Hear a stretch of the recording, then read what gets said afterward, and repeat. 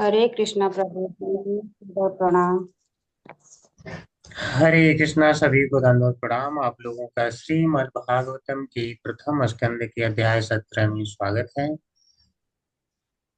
तो अध्याय का नाम है कली को दंड तथा पुरस्कार। इसमें हम आज देखने वाले हैं श्लोका नंबर 5।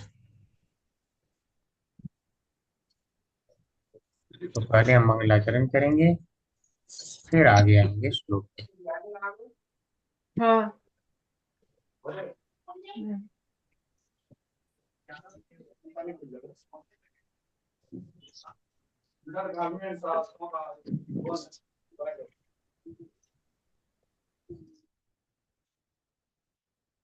नारायणं नमस्कृत्य नारायणं नारायणं नमस्कृत्य नमस्कृत्य नरं चैव नरोत्तमं नरं चैव नरं चैव नरोत्तमं नरोत्तमं देवीं सरस्वतीं व्यासं देवीं देवीं सरस्वतीं व्यासं सरस्वतीं व्यासं ततो जयमुदीरयेत्। ततो ततो जयमुदीरये। जयमुदीरये। नष्टप्रायेषु अभद्रेषु नष्टप्रायेषु नष्टप्रायेषु अभद्रेषु भद्रेषु नित्यं भागवत सेवया नित्यं नित्यं भागवत सेवया भागवत सेवया भगवति उत्तमश्लोके भगवति भगवते उत्तमश्लोके उत्तमश्लोके भक्तिर्भवति नैष्ठिकी। भक्तिर्भवति नैष्ठिकी। भक्तिर्भवति नैष्टिके।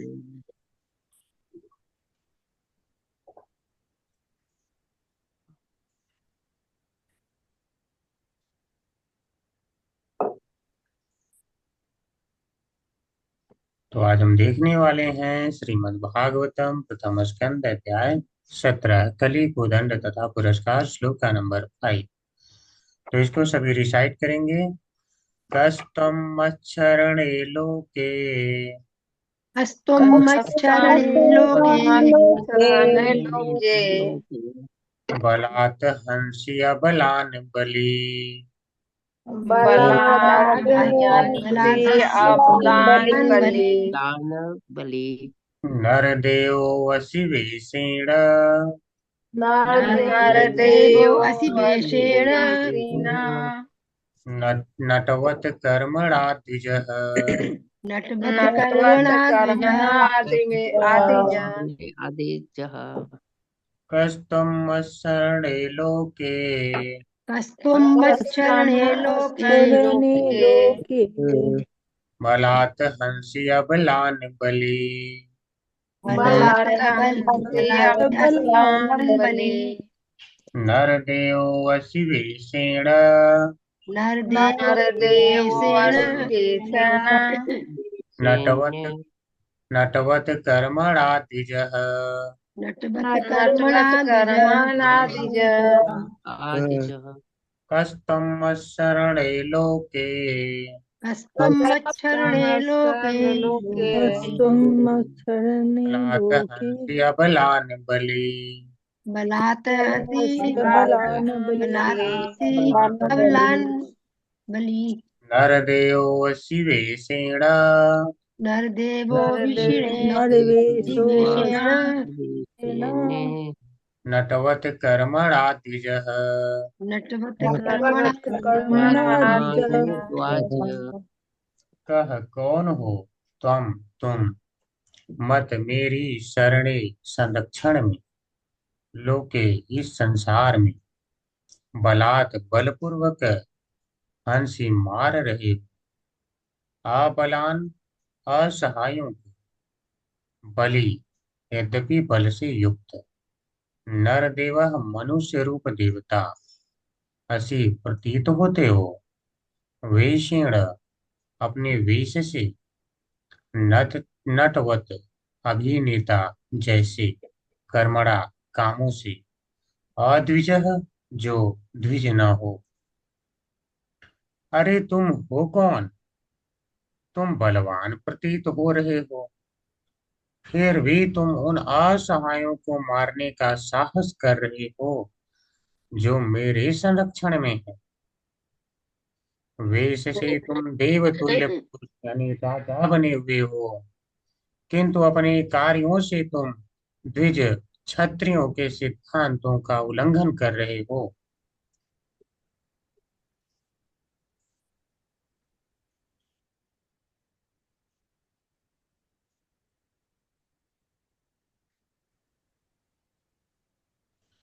ओम नमो भगवते वासुदेवाय। ओम नमो भगवते वासुदेवाय। ओम नमो भगवते वासुदेवाय। ओम अज्ञानतिमिरान्धस्य ज्ञानाञ्जनशलाकया चक्षुरुन्मिलितं येन तस्मै श्रीगुरुवे नमः।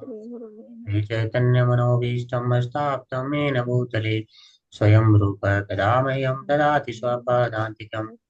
वन्देऽहं श्रीगुरो श्रीयुत्पत्कमलं श्रीगुरून् वैष्णवांश्च श्रीरूपं सागरजातं सगररघुनाथान्वितं तं सजीवं साधुवैतं सावधूतं परिजनसहितं कृष्णचैतन्यदेवं श्रीराधाकृष्णपादान् सगलिता श्रीविशाखान्वितांश्च नमो ओं विष्णुपादाय कृष्णप्रेष्ठाय भूतले श्रीमते सरस्वती देवी नमस्ते सरस्वती देवी गौरवाणी प्रचारिणी आदिकाय विशेष तारिणी आचा कल्पतरुभ्यश्च वैष्णवेभ्यो नमो नमः। हे कृष्ण करुणा सिंधु दीनबन्धो जगत्पते गोपेश गोपिका कांत राधा कांत नमोस्तुते तप्त कांचन गौरांगी राधे विंदेश्वरी देशभानुसुते देवी परमानि हरि प्रिय जय श्री कृष्ण चैतन्य प्रभु नित्यानंद श्री अद्वैत गदाधर श्रीवासादि गौर भक्तवृंद नमो महावदन्ताय कृष्ण पदाते कृष्ण कृष्ण कृष्ण चैतन्य चैतन्य नाम हरे गौर कृष्णा हरे कृष्ण हरे कृष्ण हरे कृष्ण हरे हरे राम राम राम हरे हरे हरे कृष्ण हरे कृष्ण हरे कृष्ण हरे हरे हरे हरे राम राम राम हरे हरे हरे हरे कृष्ण कृष्ण हरे कृष्ण हरे कृष्ण हरे हरे हरे राम राम राम हरे हरे सभी को हरे कृष्ण प्रभु। हरे कृष्णा प्रभु जी दंडवत प्रणाम। हरे कृष्ण प्रभु जी सादर प्रणाम। हरे कृष्ण प्रभु जी सादर प्रणाम। हरे कृष्ण माता जी दंडोत प्रणाम। प्रणाम प्रभु जी। हरे कृष्ण माता जी दंडोत प्रणाम। हरे कृष्ण प्रभु जी दंडोत प्रणाम। हरे कृष्ण प्रभु जी दंडोत प्रणाम। ध्यान करेंगे। कष्टम शरणे लोके कष्टमच्चरणे लोके बलात् हंसि अबलान् बलि बलात् हंसि बलान् बलि नरदेवो असि वेशेन नरदेव वेशेन तवत् कर्मणा द्विजः।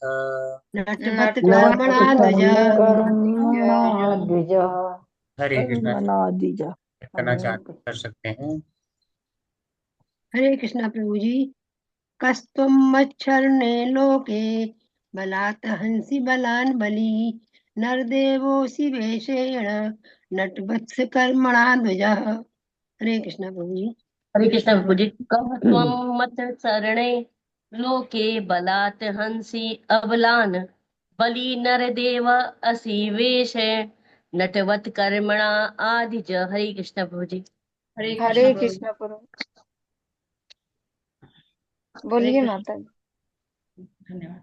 क त्वं मत्सरणे लोके बालात् हंसिम् अबलान् बलि नरदेवो असि वेशेन नटवत् कर्मान् अदृत्य। हरे कृष्ण। हरे कृष्ण प्रभु जी। कतम मत सरना लोके बलत हसी अवलंबले नरदेव असि बेसाना नटवत कर्मन आदिज। हरे कृष्ण प्रभु। हरे कृष्णा गुरु जी। कष्टमचरणे लोके बलादस्य बलान् बलिः नरदेवो असि वेशेण नटवत् कर्मणा द्विजः। हरे कृष्ण प्रभु जी। कष्टम मक्षणे लोके बलात् हंसि अबलान् बलि नरदेवोऽसि वेषेण नटवत्कर्मणा द्विजः। हरे कृष्ण। हरे कृष्ण प्रभु जी। कस्त्वमक्षरणे लोके बालाधस्य बलान् बली नरदेवोऽसि वेशेन तवत् कर्मणा द्विजः। हरे कृष्ण प्रभु। हरे कृष्ण प्रभु जी। कस्त्वं मच्चरणे लोके बलाद्वं स्वयं बली नरदेवोऽस्मि वेशेन कर्मणा द्विजः। हरे कृष्ण प्रभु जी। कस्त्वं मच्छरणे लोके बलाध्वंस्या बली नरदेवोऽसि वेशेण नटवत्कर्मणा अद्विजः। हरे कृष्ण प्रभु। हरे कृष्ण प्रभु जी। कस्तवमच्छरणे लोके बलाद्वंसि बलान् बली नरदेवसि वेषणं नटवत् नरदेव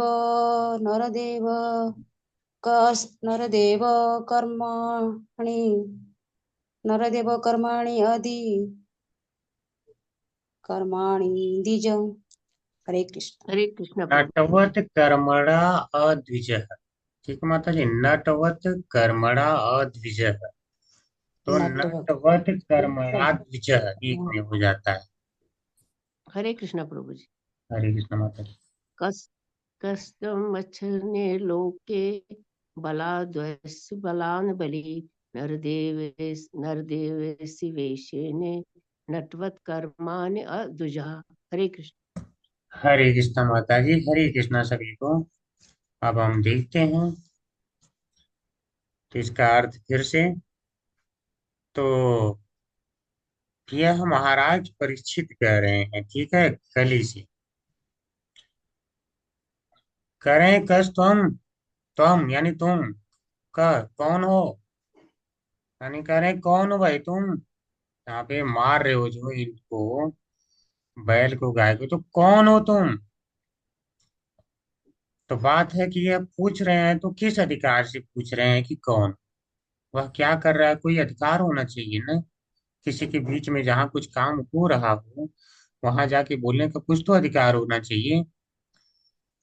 तो कह रहे हैं कि हाँ मेरा अधिकार है, मत शरणे, ये मेरे संरक्षण में है, जिन्हें तुम मार रहे हो ये मेरे संरक्षण में है। तो मेरा अधिकार है पूछने का, ऐसा नहीं कि मेरा अधिकार नहीं है। तो क्या केवल इसी जगह जहाँ तुम मार रहे हो इस यहाँ पे अधिकार है आपका, तो कह रहे हैं लोके, इस संसार में, क्योंकि वह पूरे संसार के राजा थे। तो कह रहे हैं पूरे इस संसार में ये सारे जीव मेरे शरण में हैं, तो तुम्हें मारने का कोई अधिकार नहीं है। तो इससे हमें क्या पता चलता है कि महाराज परीक्षित के समय तक गाय और बैल इत्यादि को कोई मारता नहीं था, बिल्कुल स्पष्ट पता चल रहा है। यह उनके लिए बिल्कुल नई घटना थी। और क्यों उससे पूछ रहे हैं, तो कह रहे हैं हंसी तुम मार रहे हो, और कैसे, बलात् बलपूर्वक, तुम इन्हें बलपूर्वक मार रहे हो। तो तुम मार रहे हो ठीक है, लेकिन किसे मार रहे हो। तो कह रहे हैं अबलान, ये तो बिल्कुल अबल है, यानी असहाय है, इनके पास ज्यादा बल नहीं है, तुम इन्हें मार रहे हो। और दुखड़ा। ठीक है, तो वह कह सकता है ना कि कलियुग, देखिए देखिए जिसको कोई काम नहीं हो अपना वो स्पीकर ऑफ रखेंगे ना, तो इससे कोई डिस्टर्ब नहीं होंगे। तो कलयुग कह सकता है कि ठीक है मैं इन्हें मार रहा हूं, तो इसमें आश्चर्य क्या है। तो वह कह रहे हैं कि तुम बली, यानी बली हो, बलवान हो, यद्यपि तुम बल से युक्त प्रतीत होते हो, तो भी तुम असहायों को मार रहे हो। इसका अर्थ है कम से कम तब तक तो यह था कि जो बली है वह बली व्यक्ति से लड़ाई करेगा, ऐसा नहीं कि बलवान है तो जाके निर्बल से लड़ाई करेगा। ठीक है, जब तक निर्बल खुद न चाहे कि मुझे तुमसे लड़ना है। तो यहाँ पे घटना ऐसी हो रही है, आज कलयुग में क्या होता है, जो थोड़ा बलवान हो जाता है वह असहायों को मारने लगता है। तो यह सब शास्त्र में कहा गया है। इसका अर्थ है कि कलयुग में आएगा, जब कलयुग, तो लोग असहाय होंगे, जो जिनके पास बल नहीं होगा ज्यादा, उनको लोग मारेंगे। अबला का मतलब ये नहीं है कि उनके पास बिल्कुल बल नहीं है, यानी असहाय है। वास्तविक अर्थ इसका ये होता है, यानी थोड़ा बल कम है। जो मार रहा है उससे बल कम है। जैसे स्त्रियों को अबला कहते हैं, तो इस तात्पर्य में कहते हैं कि क्योंकि वह उस समय असहाय है, उनके पास उतना बल नहीं है जितना कि नॉर्मली पुरुष के प्रति होता है, पुरुष के पास। तो जो स्त्रियों के प्रति आज अपराध हो रहे हैं, तो कुल मिला जुला के यह है कि वह उन्हें नहीं करना चाहिए, क्योंकि वो उनसे कमजोर हैं। तो बिल्कुल नहीं करना चाहिए। अगर ऐसा कोई करता है तो वह दंड का भागीदार होना चाहिए, और बिना सोचे समझे, इसमें डाउट ही नहीं होना चाहिए। अपराध किया अपने से निर्बल के प्रति, तुरंत दंड का भागीदार होना चाहिए। यहाँ हम महाराज परीक्षित से ये बात हम सीखेंगे कि परीक्षित महाराज इसको दंड देंगे कि जो असहाय को अगर कुछ करता है, क्योंकि राजा के सारे ही संरक्षण में जो है, राजा के संरक्षण में सारे ही जीव आते हैं। तो कह रहे हैं, तुम बल ही प्रतीत हो रहे हो तो भी इसे मार रहे हो, और वो भी मेरी शरण में जो है उन्हीं मार रहे हो, तो तुम हो कौन? कहते हैं ना भाई, तुम्हारी हिम्मत कैसे हुई? आज के समय में कहें तो कहते हैं तुम्हारी हिम्मत कैसे हुई? पता नहीं इसके ऊपर मैं हूँ। इन्हें क्या समझ रखे हो, इनका कोई मालिक नहीं है। अनाथवत शब्द आया था ना, बोले कि अनाथवत, क्या तुम अनाथ ही बिल्कुल समझ रखे हो मेरे रहते हुए? तो कुल यह कहने का भाव है। तो वह कलयुग कह सकता है कि नर देवो असि, यानी मनुष्य के रूप में देवता, यानी मैं राजा हूं, देख नहीं रहे हो? वेषेण, वेश से, वेश से मैं राजा हूं, यह आपको दिखता नहीं है? ऐसा वह बोल सकता है? तो यह कह रहे हैं, नहीं, तुम राजा तो नहीं हो, क्योंकि नटवत कर्मणा अद्विजः। नटवत, तुम एक अभिनेता जैसी एक्टिंग कर रहे हो, काम कर रहे हो, कर्मणा, काम कर रहे हो, अद्विजः, जो द्विज नहीं है। क्योंकि क्षत्रिय द्विज होते हैं, द्विज यानी द्विजन्मा, इन्हें पता होता है, ये शास्त्र पढ़ते हैं, इन्हें शास्त्र का नियम पता होता है कि कभी भी अपने आज से असहाय को कभी नहीं मारना है। और ऊपर से गाय और बैल हैं, तब तो बिल्कुल नहीं मार सकते हो। इन्हें तो मार ही नहीं सकते हो, ये शास्त्र के बिल्कुल विरुद्ध हो जाएगा। इसका अर्थ है, तुम वेश जरूर राजा का धारण किए हो, लेकिन तुम राजा हो नहीं। तुम केवल उसकी तरह एक काम करने की कोशिश कर रहे हो, अभिनय करने की कोशिश कर रहे हो। तुम अभिनेता हो, नटवत, जैसे आजकल लोग एक्टिंग करते हैं, ठीक है, फिल्मों में हीरो बन के आते हैं, और जब सही में कहीं बम फटता है रियल लाइफ में, तो वहां से वो भाग जाते हैं सबसे पहले। ऐसे आएंगे, बड़े बड़े बम को डिफ्यूज कर देंगे, बड़े बड़े लोगों को बचा करके ले जाएंगे, असली लाइफ में भाग जाएंगे। यानी वो केवल अभिनेता है, वो वास्तव में है नहीं, वेश भले धारण किए हैं। तो इसका अर्थ यह है कि कलयुग जब आएगा, शास्त्र कहना चाहता है, उस समय राजा का वेश तो लोग बना लेंगे, सफेद पोशाक धारण कर लेंगे। ठीक है, कि सफेद का अर्थ है शुद्ध, यानी मैं देखो हृदय शुद्ध है, मैं शुद्ध हूँ, पाप का एक अंश भी छू नहीं पाया है, लेकिन रहेंगे पूरी तरह से पाप में लिप्त। तो जब कलयुग का प्रभाव रहेगा तो ऐसे ही व्यक्ति रहेगा।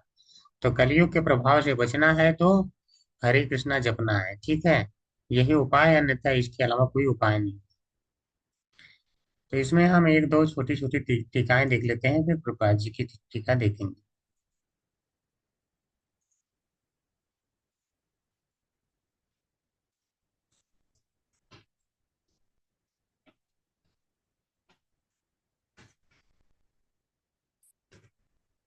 तो श्रीधर स्वामी क्या कह रहे हैं? कह रहे हैं, हंसी अर्थात मार रहे हो, अर्थात तुम कौन हो? बोले मार रहे हो तुम, हो कौन? कौन हो भाई, क्यों मार रहे हो? अगला प्रश्न, जो इन दुर्बल पशुओं को मार रहे हो, ये तो दुर्बल है, दुर्बल को तो मारना ही नहीं होता है। इसका मतलब तुम्हें ज्ञान तो नहीं है शास्त्र का।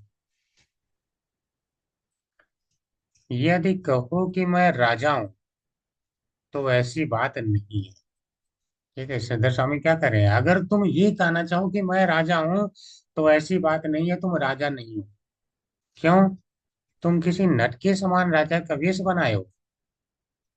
ठीक है, क्योंकि तुम अभिनेता हो, अभिनय कर रहे हो राजा के रूप में।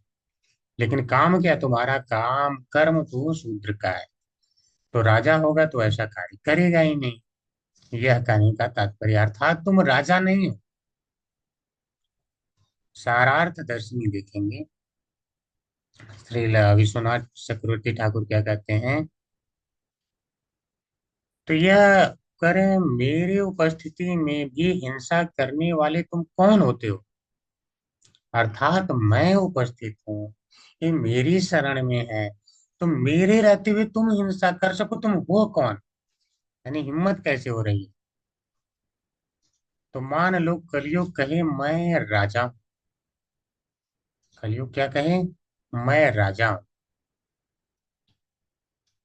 तो परीक्षित महाराज इसके प्रत्युत्तर में परीक्षित महाराज कहते हैं, क्या कहते हैं, चूंकि मैं अर्थात राजा यहाँ विद्यमान हुआ था, तुम किस प्रकार राजा हो सकते हो? तो परीक्षित महाराज उससे कहते हैं कि अरे राजा तो मैं हूँ, सारे विश्व का राजा तो मैं हूँ, तो तुम अपने आप को राजा कैसे कह सकते हो? यानी नरदेव, नरदेव असी वेशेण, वेश तो तुम्हारा है, नरदेव यानी राजा का वेश है, लेकिन तुम कैसे कर सकते हो, वो तो मैं हूं। तो अब वो कलयुग क्या कह रहा है, मैं राजा हूं क्योंकि मैंने राज्योचित वेश धारण किया है।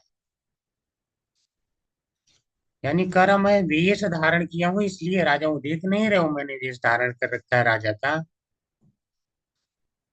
ठीक है, मैं, और तथा मैं राजा के अनुकूल व्यवहार भी कर रहा हूँ।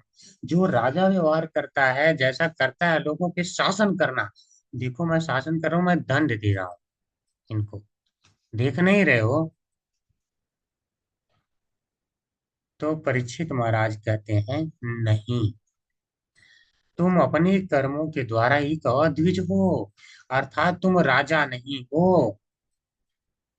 जिस प्रकार एक कुशल नट वास्तव में एक अभिनेता अन्य अभिनेता के कार्यों का यथासंभव अनुकरण करता है, यह भाव, अर्थात तुम केवल अभिनय कर पा रहे हो, वास्तव में तुम हो नहीं राजा। क्योंकि राजा का यह व्यवहार नहीं है कि वह निर्बल पशुओं को मारेगा। ठीक है, इसलिए तुम एक अभिनेता हो, तुम राजा नहीं हो, वास्तविक राजा मैं हूं।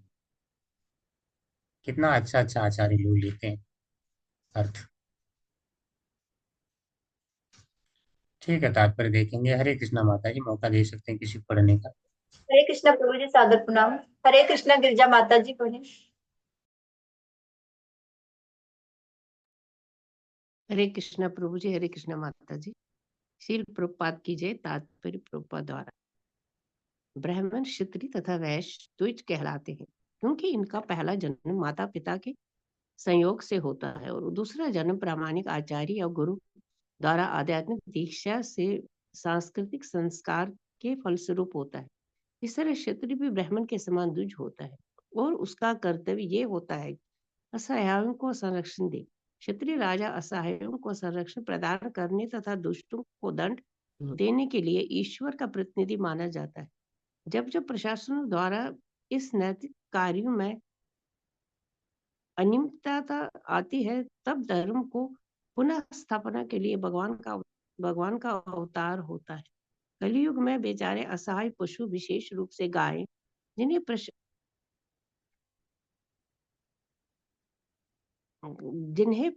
प्रशासकों से सभी प्रकार का संरक्षण प्राप्त होना चाहिए, वे अंधाधुंध मारी जाती है।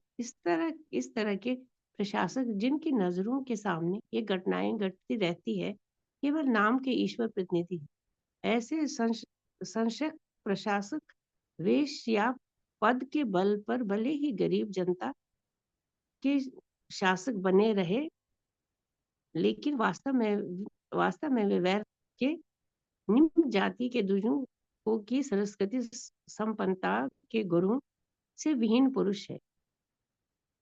निम्न जाति के एक जन्मा असंस्कृत व्यक्ति से न्याय या समानता की आशा करना व्यर्थ है। अतः राजा के कुशासन के कारण कलयुग में प्रत्येक व्यक्ति दुखी रहता है। आधुनिक मानव समाज द्विज नहीं है, अतएव ऐसी प्रजा द्वारा प्रजा की सरकार जो द्विज नहीं है कलयुग की सरकार होगी, जिसमें हर कोई दुखी होगा। हरे कृष्ण। हरे कृष्णा माता जी। तो देखिए यहाँ पे 3 जो वर्ण हैं, ब्राह्मण, क्षत्रिय और वैश्य, इन्हें द्विज बताया गया है क्योंकि यह उस योग्य होते हैं कि इन्हें दीक्षा संस्कार दिया जा सके। पहला जन्म क्या है, माता पिता से हो गया। द्विज का अर्थ है द्विजन्मा, यानी जिसका दोबारा जन्म हुआ हो। तो जब संस्कार दिया जाता है दीक्षा संस्कार, तो इनका फिर से दोबारा जन्म होता है आध्यात्मिक गुरु से जब ये दीक्षा लेते हैं उस समय, इसीलिए इन्हें द्विज कहा जाता है। तो क्षत्रिय भी द्विज है, और स्पेशली आप देख पा रहे होंगे वैश्य भी द्विज है।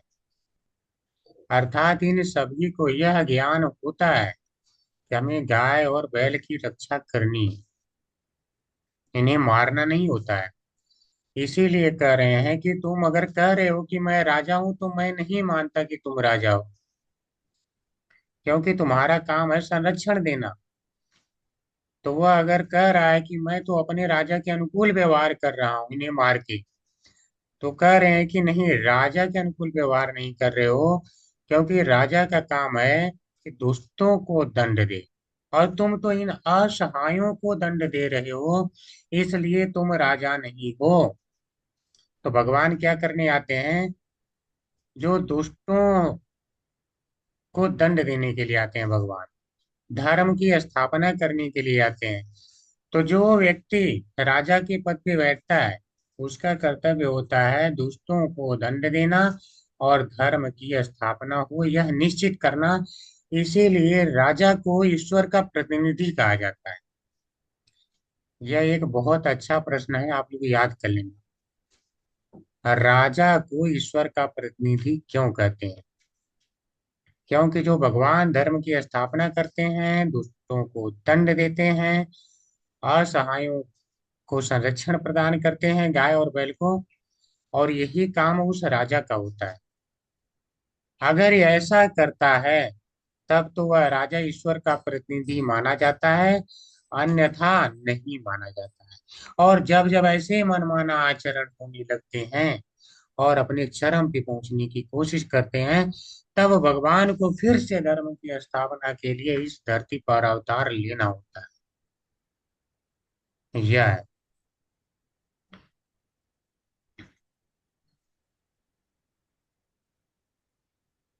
अगर मान लो इस तरह के प्रशासक बन जाएं कलयुग में, जिनका संस्कार नहीं हुआ है, धर्म का ध नहीं जानते हैं, ज्ञान नहीं है उन्हें धर्म का, तो प्रभुपाद जी क्या कह रहे हैं, उनके सामने ऐसी घटनाएं होती हैं और ये केवल नाम के ईश्वर प्रतिनिधि हैं, यानी नाम मात्र के ये प्रतिनिधि हैं, वास्तव में ईश्वर के प्रतिनिधि ये नहीं है।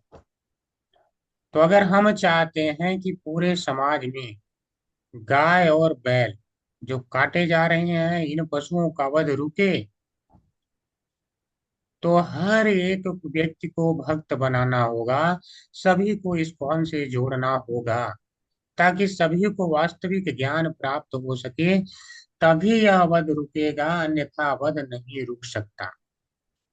अन्यथा यह वध नहीं रुक सकता, क्योंकि जब व्यक्ति इस्कॉन में दीक्षित होगा और वह प्रशासक बनेगा, तो वह वास्तव में कैसे राज्य करना चाहिए, किस जीव को कैसी सुरक्षा देनी चाहिए, उसे पता है, वह कर पाएगा, अन्यथा नहीं कर पाएगा। तो प्रभुपाद जी कह रहे हैं कि आज के डेट में क्या है, जो लोग हैं ये सारे के सारे इस सांस्कृतिक संपन्नता के गुणों से विहीन है, यानी इसका कोई दूसरा संस्कार नहीं हुआ। ये सारे के सारे एक जन्मा है, यानी अभी द्विजन्मा नहीं बने, असंस्कृत है, बिना संस्कार की, द्विसंस्कार नहीं हुआ इनका। तो जब ऐसे व्यक्तियों का शासन कलयुग में होगा तो प्रभुपाद जी क्या कर रहे हैं, प्रत्येक व्यक्ति दुखी रहता है, रहेगा ही रहेगा। तो क्या कोई द्विज है? तो कह रहे हैं आधुनिक मानव समाज द्विज नहीं है। तो मानव समाज को द्विज बनाना होगा, उसे इस्कॉन से जोड़ना होगा, ताकि वह वास्तविक धर्म समझ सके, अपने कर्तव्य को समझ सके, हमें क्या करना है, ताकि वह भगवान का प्रतिनिधि बन सके। लेकिन अगर नहीं बनता है तो क्या होगा? उसका उत्तर ये है कि ऐसी प्रजा द्वारा प्रजा की सरकार जो द्विज नहीं है। डेमोक्रेसी क्या होता है? Government chosen by the people for the people, यानी जब सरकार लोगों के द्वारा चुनी जाती है और अपने लिए चुनी जाती, तो उसको कहते हैं डेमोक्रेटिक गवर्नमेंट। ठीक है, तो यहाँ पे यानी प्रजा की सरकार और प्रजा के द्वारा चुनी गई, ऐसी प्रजा द्वारा प्रजा की सरकार। लेकिन जिसको चुना उन्होंने किसको चुन लिया? अद्विज है, यानी द्विज नहीं है वो नहीं जानता क्या होता भगवान की भक्ति का फायदा। वो तो मंदिर तोड़वाने में ही उसको फायदा नजर आए। तो कलयुग की ऐसी सरकार होगी जिसमें हर कोई दुखी होगा। अगर इस प्रकार कलयुग में सरकार चुनी जाती है, और चुनी ही जाएगी, चुनी ही जाएगी, क्योंकि सारे लोग अपनी इंद्रिय तृप्ति के लिए राजा को चुनेंगे, सरकार को चुनेंगे। और जब जब इंद्रिय तृप्ति के लिए चुना जाएगा, तब तब क्या वो अद्विज होगा। जिसे नहीं पता होगा कि इस संसार रूपी जेल से निकल जाना ही हमारा मुख्य कर्तव्य है और भगवान की सेवा करना ही मुख्य कर्तव्य है, उसे पता ही नहीं होगा। उसे क्या मंदिर की वैल्यू पता है? वह तो सारी चीजों को समान समझेगा। कोई मंदिर बना लिया तो समान समझेगा, कोई और धर्म के नाम पे कोई और घर बना लिया तो उसे समझेगा समान, बोलेगा सारे समान होते हैं। ठीक है, सारे समान होते हैं, ऐसा। यानी धर्म निरपेक्ष बनने की कोशिश करेगा ताकि उसे वोट मिले। वास्तविक कल्याण तो समझना पड़ेगा कि भगवान की भक्ति में ही है। जब तक यह नहीं होगा तब तक गायों का वध नहीं रुकेगा। तो जितना से जितना ज्यादा प्रचार हो सके हमें करना ही होगा, अन्यथा कलयुग बढ़ता जाएगा, प्रकोप इसका बढ़ता जाएगा, कलयुग के प्रभाव में लोग आते जाएंगे और गलत कार्यों में लिप्त होते जाएंगे, शांति भंग होती जाएगी। ठीक है, नेक्स्ट श्लोक हम लेंगे। यस्त्वं कृष्णे गते दूरम यस्त्वं त्वं कृष्णे कृष्णे गते कृष्ण गतेन्दुरम् गांडीव धन्वना सह स गाण्डीव गाण्डीव बन्धना धन्वना वना गाण्डीव धन्वना शोचयस्य शोच्यान त्वचो शोचो शोचान शोच्यान रहसि प्ररन् वर्धमर्ष वधमहर्ष रहसि प्ररन् वधमर्हसि रहसि प्रनवदमर्हसि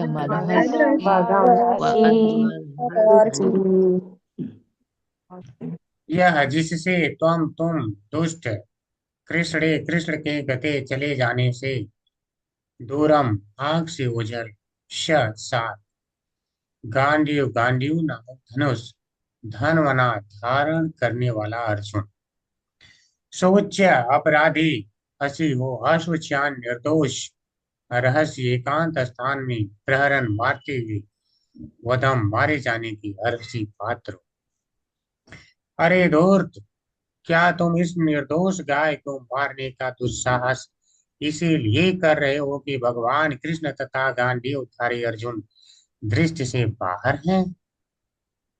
क्योंकि तुम इस निर्दोष को एकांत स्थान में मार रहे हो, अतएव तुम अपराधी हो और वध किए जाने के योग्य। देख रहे हैं राजा का, ऐसा होना चाहिए। जो राजा है ऐसा होना चाहिए। बोले क्या इसलिए तुम साहस कर पा रहे हो कि भगवान कृष्ण और अर्जुन चले गए हैं? यानी मैं नहीं दिख रहा हूँ, कहने का तात्पर्य मैं नहीं दिख रहा हूँ, वो चले गए, तो तुमने क्या समझ लिया कि इनका अब कोई माई बाप नहीं रह गया है, अनाथ हो गए हैं ये? समझ रहे हैं कहने का अर्थ? देखिए, और कह रहे हैं तुम अपने आप को निर्दोष नहीं कह सकते हो, क्योंकि निर्दोष ये है जिसको तुम एकांत स्थान में लाके मार रहे हो। तुम्हारी हिम्मत नहीं है सबके सामने मारने की, तुम एकांत स्थान में लाके मार रहे हो।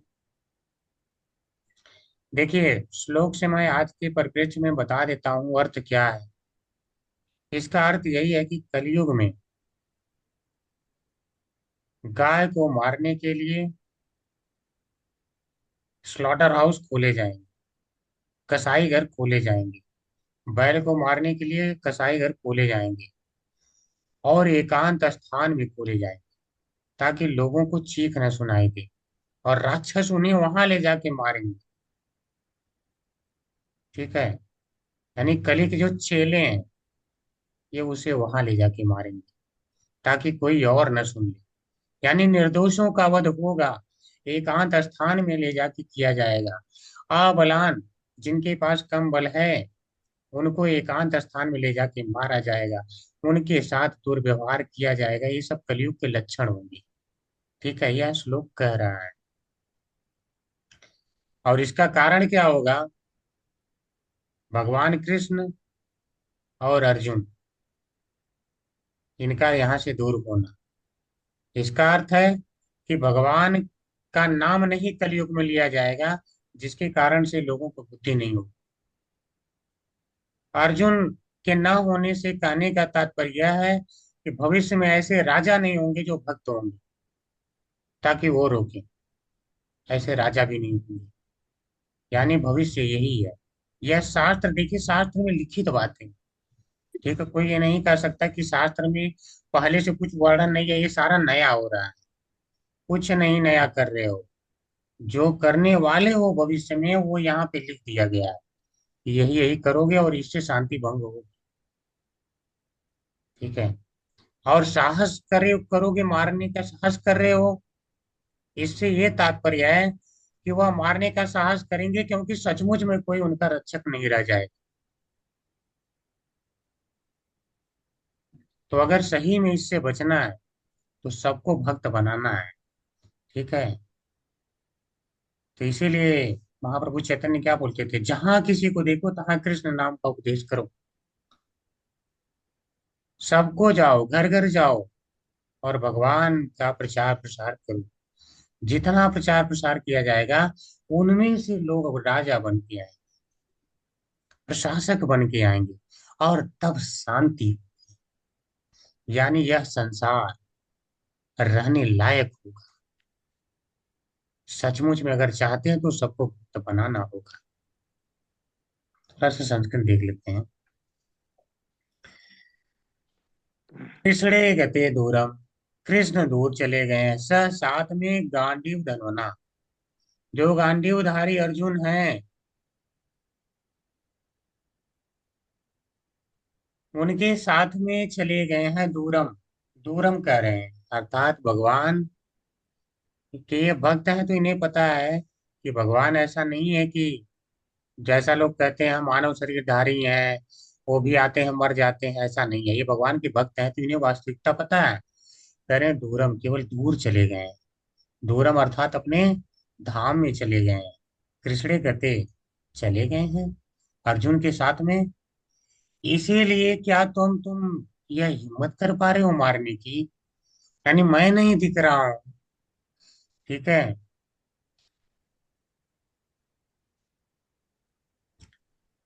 सोचिए, तुम वास्तव में अपराधी हो। जो तुम कह रहे हो नहीं मैं तो राजा हूँ, मैं तो राज्योचित आचरण कर रहा हूँ, तो कह रहे नहीं तुम राजा नहीं हो, सोचिए तुम अपराधी हो। सोचे ऐसी अपराधी हो। क्यों अपराधी हो? क्योंकि तुम अगर राजा होते तो किसी ऐसे व्यक्ति को मारते जो दंड का भागी होता। यहाँ पे अशोच्यान, जो अपराधी नहीं है तुम उसे मार रहे हो, यानी निर्दोष है, उसे तुम मार रहे हो, इसलिए तुम राजा नहीं हो। और वो भी रहस्य एकांत स्थान में लाके प्रहरण मार रहे हो। और अगर ऐसा कर रहे हो तो वास्तविक राजा मैं हूँ, इसलिए मेरे द्वारा तुम वधम रहसी वध किए जाने के पात्र हो। ठीक है। छोटा सा तात्पर्य देखते हैं, कुछ आचार्यों ने और टीकाएं की हैं तो उसको थोड़ा सा देख लेते हैं।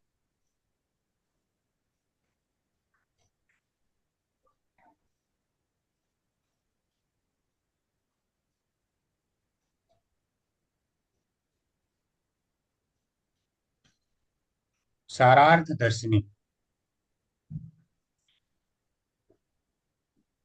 यानी कि श्री विश्वनाथ चक्रवर्ती ठाकुर क्या कहते हैं? कलि पुरुष।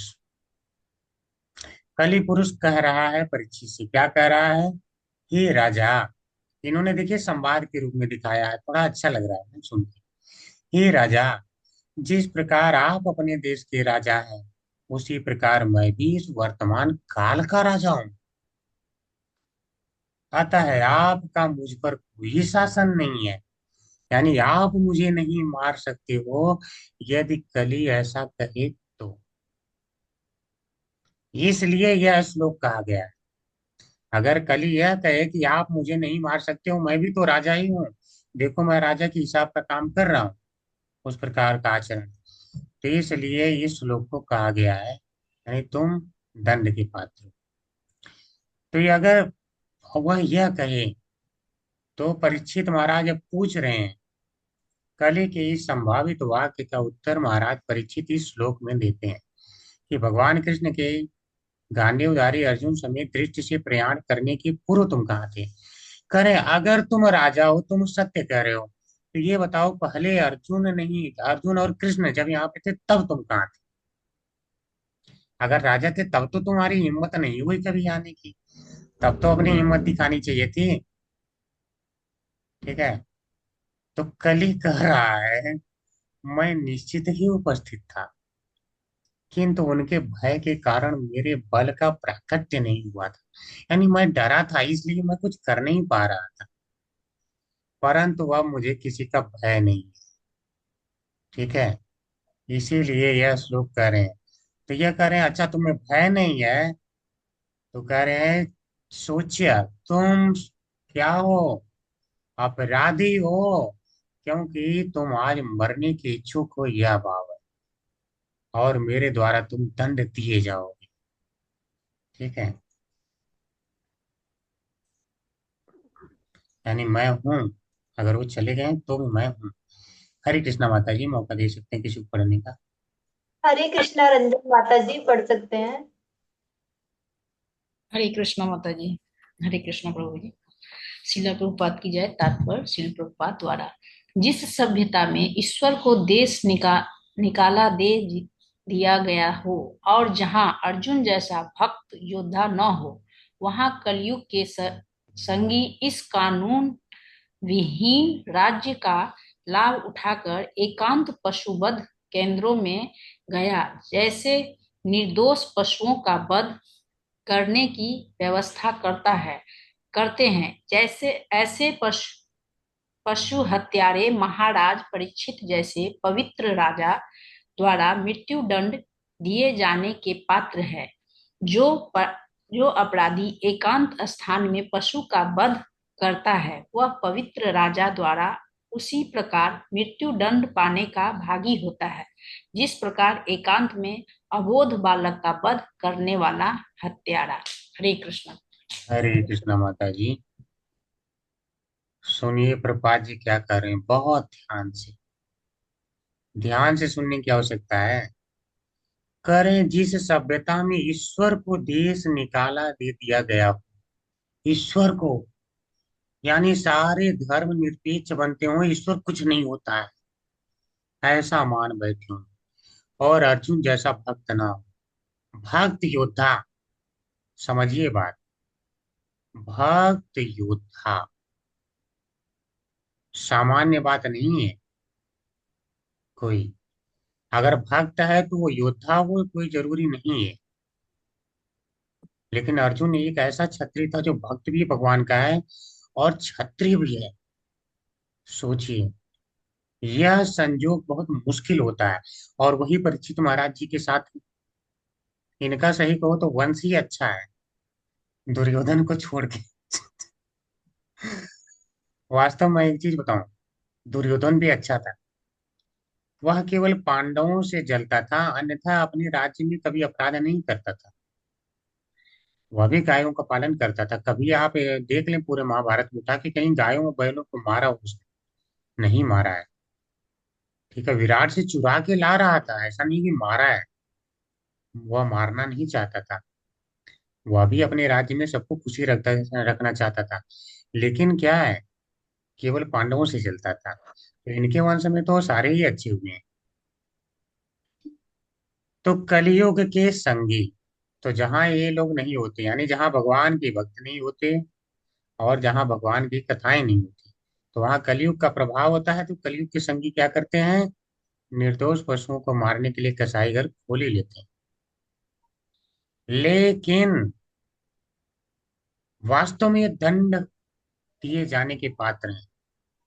तो कौन दंड देगा? है किसी में हिम्मत? तो केवल महाराज परीक्षित जैसे भक्त दे सकते हैं। जिनको ज्ञान हो वह दे सकते हैं। तो यह सब लक्षण है कलयुग में क्या क्या होने वाला है। तो प्रभुपाद जी कह रहे हैं यह लोग उसी प्रकार दंड के भागी हैं जिस तरह एकांत में अबोध बालक का वध करने वाला हत्यारा। कितना कैसा तात्पर्य है, मैजिकल। बालक हो किसी का तो क्या उसको कोई एकांत में ले जाके मार दे और यह पता चल जाए कि देखो ये मारा गया है? सचमुच में क्या उसके प्रति जो है कोई बैठ जाएगा, चुप बैठेगा? नहीं चुप बैठेगा, मारेगा उसे जरूर। और दंडपाल राजा हो, उसे पता चल जाए तो कि उसके बेटे को किसी ने मार दिया, तो क्या वह चुप बैठेगा? तुरंत फांसी पर लटका दिया। और अगर सचमुच में लोगों को धर्म का सही में राजा को, आज के राजा को ज्ञान हो और वह जानता हो कि हाँ गाय उसकी माता के जैसी है, तो क्या उसकी माता को ले जाके स्लॉटर हाउस में काटा जाएगा? उसे बर्दाश्त होगा? कभी नहीं बर्दाश्त करेगा। अर्थात ज्ञान ही नहीं है लोगों के पास। तो ज्ञान फैलाने की आवश्यकता है, सबको किसी प्रकार से जोड़ने की आवश्यकता है। लोग धीरे धीरे जुड़ेंगे तो ज्ञान हो जाएगा। कलयुग कुछ नहीं कर पाएगा। ठीक है, देखिए हम जब ऐसे कर रहे हैं तो कलयुग को जलन हो रही होगी, लेकिन जले, जो करना वो अपना कार्य करता रहे, हम तो अपना कार्य करेंगे। जले हमसे तो जले, परेशान करना चाहे तो करे, लेकिन हम जिसमें लगे हैं हम उसमें लगे रहेंगे। हम चाहेंगे कि कलयुग का कहीं प्रभाव ना हो। जहाँ भगवान का भक्ति होता है वहां कलयुग का प्रभाव नहीं हो सकता। तो इसी प्रकार से लोगों को ज्ञान नहीं है। नहीं तो जैसे अपने प्रभुपाद जी जैसे बालक को कह रहे हैं, उसी प्रकार से लोगों को यही आभास हो जाए कि गाय माता के जैसी हैं, कोई नहीं छोड़ेगा। कोई राजा नहीं छोड़ेगा इन अपराधियों को, तुरंत लटका देगा। और आप देखना परीक्षित महाराज ऐसा ही करेंगे, छोड़ेंगे नहीं। क्लियर बोल दिए हैं कि तुम दंड के पात्र हो। ठीक है, क्या बोले? वधम ऋषि, वध कर दिए जाने के, दंड छोड़ दो। वधम ऋषि यानी सीधे तुम वध किए जाने की हो। ठीक है, हरे कृष्णा सभी को। आज यहीं पर हम विराम लेंगे। थोड़ा सा चैप्टर ऐसा है कि सभी लोग भावुक हो जा रहे होंगे, लेकिन हम क्या करेंगे, ये समाज की वास्तविकता है। ठीक है, यही समाज की वास्तविकता है। तो आज यहीं विराम लेंगे। अगर किसी का कोई प्रश्न है तो कर सकते हैं, या कोई पॉइंट छूट गया तो बता सकते हैं।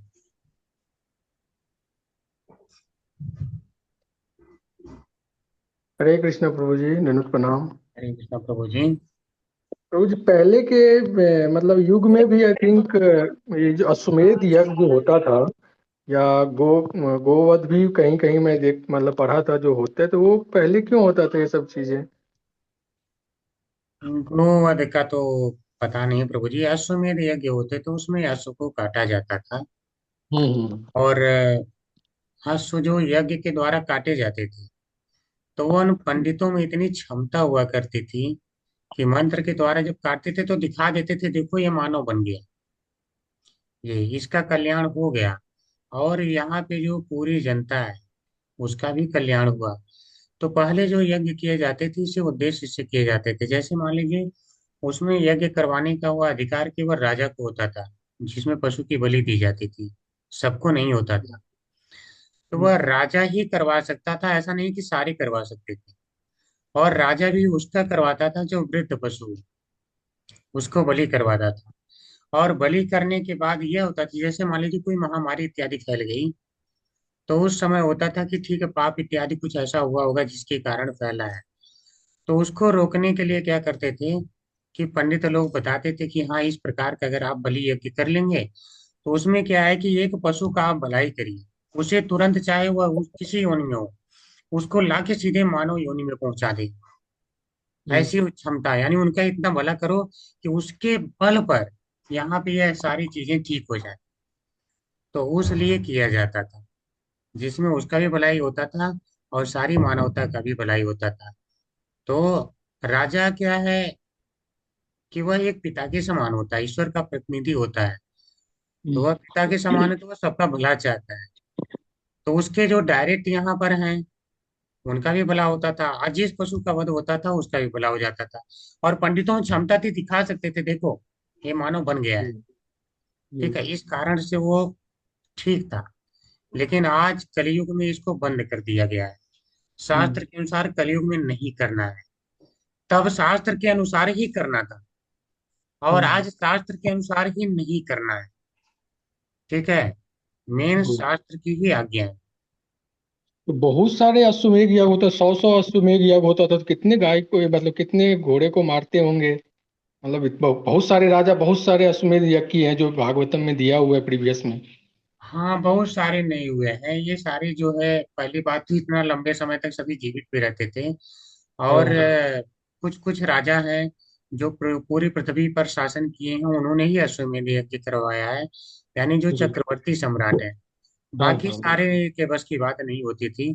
अश्वमेध यज्ञ में यह सिद्ध करना होता था कि मैं ही सबसे श्रेष्ठ हूँ और मैं भगवान के अनुसार चल सकता हूँ और तुम सारे मेरे अनुसार शासन करोगे, जैसा मैं कहूंगा निर्देश हुआ पालन होगा। तब लोग किया करते तो थे। ये लोग डायरेक्टली भगवान जी को क्यों नहीं पूजा करते थे और ये इस यज्ञ के थ्रू और ये सब में जाते थे? प्रभु जी डायरेक्ट भगवान को ही पूजा किया करते थे। वास्तव में क्या आप देख रहे होंगे कि जिस समय राजसूय यज्ञ भी किया था आ, युधिष्ठिर महाराज ने, उस समय उसका केवल एकमात्र उद्देश्य था, आप भागवतम पढ़िएगा ध्यान से, जी आप वहां जी। पे क्लियर लिखा है, एकमात्र उद्देश्य था कि वह सिद्ध कर सके भगवान कृष्ण ही श्रेष्ठ है। हाँ हाँ, यस यस। ठीक है, तो वास्तव में जितने यज्ञ होते हैं वो भगवान के लिए ही किए जाते हैं, परम भोक्ता भगवान है। भोक्तारम यज्ञ तपस्याम, ठीक है, वह सारे ही यज्ञ और तपस्याओं के परम भोक्ता भगवान कृष्ण है। तो जो भक्त है वह उन्हीं को उद्देश्य करके करते हैं और युग के अनुसार होता है। जो युग की विधियां होती हैं उस युग की जो विधि होती है उसके अनुसार किया जाता है। आज ना तो कोई ऐसा चक्रवर्ती बन सकता है, ठीक है, कि वह यज्ञ करे, और ना किसी पंडित में मुझे लगता है कितनी सामर्थ्य है। हो सकता है कोई कहीं छिपा हो तो ठीक है, कि जो जी ऐसा जी। करे और डायरेक्ट दिखा सके देखो ये मानव बन गया, पशु जिसको हमने हम्म, काटा। और तीसरी बात, शास्त्र की ही आज्ञा नहीं है कि कलयुग में हम काटें। जी जी। तो जब शास्त्र की आज्ञा के अनुसार आप उसे काटें तो काटे, आज शास्त्र की ही आज्ञा नहीं है तो मत काटो। हम्म। आज कलयुग में ही बोला गया ना कि यज्ञ नाम जप यज्ञ, यज्ञ जो है आज वही है कि आप भगवान कृष्ण के नाम का जप यज्ञ करें। हम्म। यही है। हरे कृष्ण प्रभु जी। जी धन्यवाद। हरे कृष्ण प्रभु जी। हरे कृष्ण प्रभु जी। प्रभु जी, मेरा एक प्रश्न है कि जैसे हम जब श्रीमद् भगवत गीता पढ़ते हैं या भागवतम पढ़ते हैं, तो लगभग हर अध्याय में या हर जगह पर बार बार एक रेफरेंस आता है जो वर्ण व्यवस्था का है, ब्राह्मण क्षत्रिय वैश्य शूद्र। ठीक है। अब जैसे अध्याय 14 में भी दिया गया है कि जो लोग सतोगुण में होते हैं वो उच्च योनि प्राप्त करते हैं, या मतलब उसकी परिणति जो है वो ब्राह्मण के रूप में होती है। इस तरह से दिया गया। तो मेरा क्वेश्चन ये है कि जो रेफरेंस है उसमें जब भी हम ब्राह्मण क्षत्रिय वैश्य शूद्र का जिक्र कर रहे हैं, तो वो उसके कर्म के हिसाब से है, जन जैसे आज के परिप्रेक्ष्य में है तो वो कर्म के हिसाब से है, जन्म के हिसाब से। अब जैसे आज भी इसमें वर्णन आया द्विज का और शूद्र का, तो ये जो वर्णन है ये कर्म के हिसाब से है, जन्म के हिसाब से। ये मतलब पूरा मॉडर्न लाइफ में भी और जो त्रेता युग सतयुग थे उसमें भी इसका किस तरह से इन्फ्लुएंस निकालेंगे? जी, तो वास्तव में यह वर्ण व्यवस्था किसने बनाया, कोई बताएगा पहले, फिर आगे मैं बताऊंगी। भगवान जी ने बनाया प्रभु जी। हाँ, भगवान कृष्ण ने। बहुत अच्छा, भगवान कृष्ण भगवान कृष्ण ने बनाया है। कहाँ उन्होंने बताया? भगवत गीता में बताया प्रभु भगवद जी। गीता में लोग कोई बोलेगा? यथा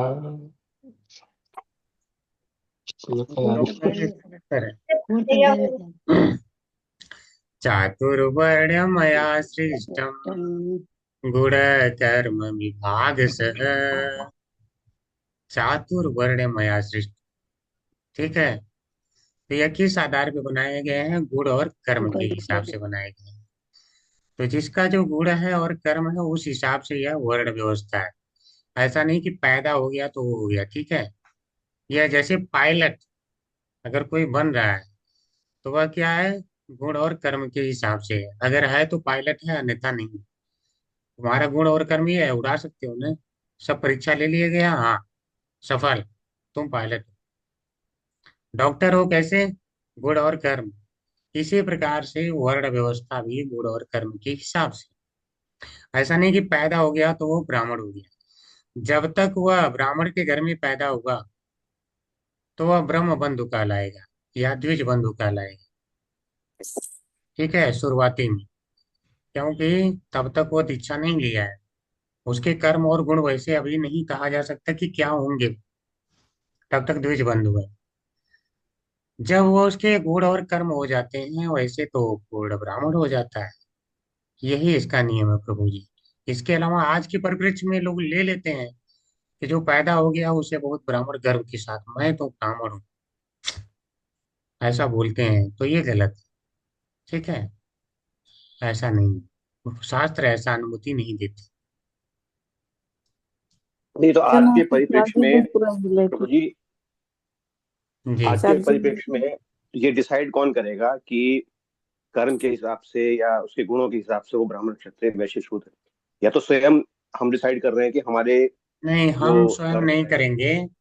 आप जो है जैसे इस्कॉन में सारा कुछ जो है आप ही ले रहे हैं शिक्षा। हम्म, तो अब देखिए, हमको ये लगभग पता चल गया कि आप शास्त्र के अनुकूल आ रहे हैं।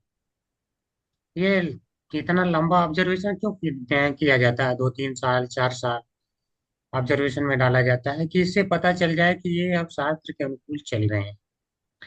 तो वहां पे आपको परखा जाता है।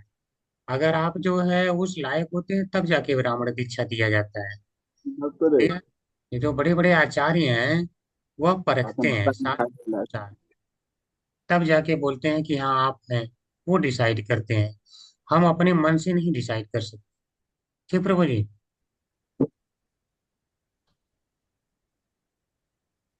नहीं प्रभु जी, वो तो ठीक है ना, जो एक इस्टेब्लिश्ड व्यवस्था है इस्कॉन की है या जो भी धार्मिक व्यवस्था है उसके हिसाब से ठीक है। मैं एक जनरल लाइफ की बात कर रहा हूँ कि आजकल का जो परिप्रेक्ष्य है उसमें ये कौन डिसाइड करेगा कि कौन जैसे आज बात हो रही है गाय को या बैलों को मारने वाली, जिसमें हमने कहा कि परीक्षित जी ने कहा कि जो राजा का वेश तुम बनाए हुए हो लेकिन तुम जो है शूद्र हो, क्योंकि उसका कर्म इस तरह का था। तो वहां पे राजा परीक्षित ने एक तरह से डिसाइड किया कि वो शूद्र है, और जो धर्म है उसके हिसाब से भी शूद्र है, हम भी समझ पा रहे हैं कि शूद्र है। जी, लेकिन क्वेश्चन ये है कि आज के हिसाब से जो है ये कौन डिसाइड करेगा? ठीक है, वो तो धार्मिक व्यवस्था या एक जिसको बोल सकते हैं इस्कॉन की व्यवस्था है या किसी भी रिलीजियस अगर हम पाथ फॉलो करते तब व्यवस्था आती है वो वाली।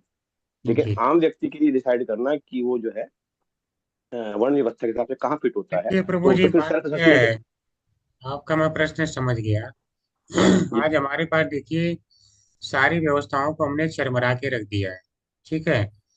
तो जहां से डायरेक्ट डिसाइड हो करके पास किए जाएं, सारी गुरुकुल और ये सारी व्यवस्थाएं खत्म कर दी गई। क्योंकि अगर किसी को विनाश करना हो, किसी का विनाश करना हो, तो सबसे पहले उसकी शिक्षा पद्धति को विनाश किया जाना चाहिए, ये सिद्धांत है। तो हमारी शिक्षा पद्धति का विनाश किया गया है, गुरुकुल इत्यादि समाप्त किए गए, अन्यथा वहां से द्विज बना बना के भेजे जाते थे सारे, ठीक है। तो ये पता चल जाता था ये सारे द्विज हैं, सबको धर्म का ज्ञान है। लेकिन आजकल ऐसी संस्थाएं समाप्त हो गई हैं, तो उसको इस्टेब्लिश करने के लिए यह प्रयास है, ऑनलाइन क्लास या सब कुछ, ताकि आप जब वास्तव में पढ़ेंगे तो आपको धर्म वाली दृष्टि प्राप्त होगी, कि यानी आप खुद डिसाइड कुछ दिन में करने लायक हो जाएंगे कि ये क्या है। एटलीस्ट देख के तो समझ जाएंगे कि वास्तव में है, ब्राह्मण है कि नहीं है, क्षत्रिय है कि नहीं है, वैश्य है कि क्या है, शूद्र है कि क्या है। जैसे आज आप देखते ही जान जाते हैं कि ये जितने नौकरी पेशा वाले हैं सारे शूद्र हैं, ठीक है। आप कैसे जान जाते हैं? क्योंकि आपके धर्म की दृष्टि है। इसी प्रकार से जब सबको ज्ञान दे दिया जाएगा तो एक दिन लोग उच्च पदों पर होंगे, तो वह लोग अच्छे से डिसाइड करके वो निर्णय लेंगे कि किसको जो है किस पोस्ट पे बैठाया जाए। ऐसा नहीं कि सारी जनता ही निर्णय लेगी। जनता को इतना ज्ञान कहाँ है जो निर्णय ले रही है। जनता तो खुद शूद्र बने बैठी है, शूद्र ही शूद्र को चुन रहा है, ठीक है। तो अब ब्राह्मण को कैसे चुन पाएगा? आज जनता के हाथों में कमान है। पहले बड़े बड़े आचार्य हुआ करते थे, वो लोग बैठाते थे जो है शासक को। यहाँ तक कि आप देखेंगे चाणक्य जब तक थे इस कलयुग में, तब तक भी वह डिसाइड करने की क्षमता थी उनमें कि मैं शासक किसे बनाऊं। चंद्रगुप्त मौर्य को बनाया या फिर अशोक को बनाया, तो उनके अंदर दृष्टि हुआ करती थी। तब शासक को ये लोग बनाते थे। तो शासक जब ऐसे ग्रुप बनाएंगे तब वो वास्तविक शासक को चुन करके ला पाएंगे जो सचमुच में क्षत्रिय होगा, द्विजन्मा होगा, ठीक है। तो आज अभी वैसी ढांचा चरमरा गया है कि हमारे पास वैसी निर्णय लेने वाली अथॉरिटी अभी रह नहीं गई है कि जो डायरेक्ट बताए। इसलिए थोड़ा सा आपका प्रश्न है, लेकिन ये है कि कम से कम जो आप शिक्षा ले रहे हैं इसके आधार पे इतना तो समझ जाएंगे कि ये है क्या। जी प्रभु जी, सही कहा आपने। जी हरे हरे कृष्ण। कृष्ण हरे कृष्ण हरे कृष्ण। हरे कृष्ण। हरे कृष्ण। और किसी का कुछ?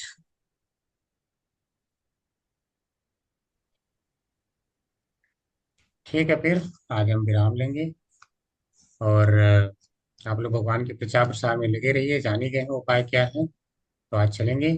वाञ्छाकल्पतरुभ्यश्च कृपा सिन्धुभ्येव च पतितानां पावनेभ्यो वैष्णवेभ्यो नमो नमः। अनंत कोटि वैष्णव वृंद की जय। श्रील प्रभुपाद की जय। श्रील व्यास देव की जय। श्री वैष्णव आचार्यों की जय। सभी को दंडवत प्रणाम।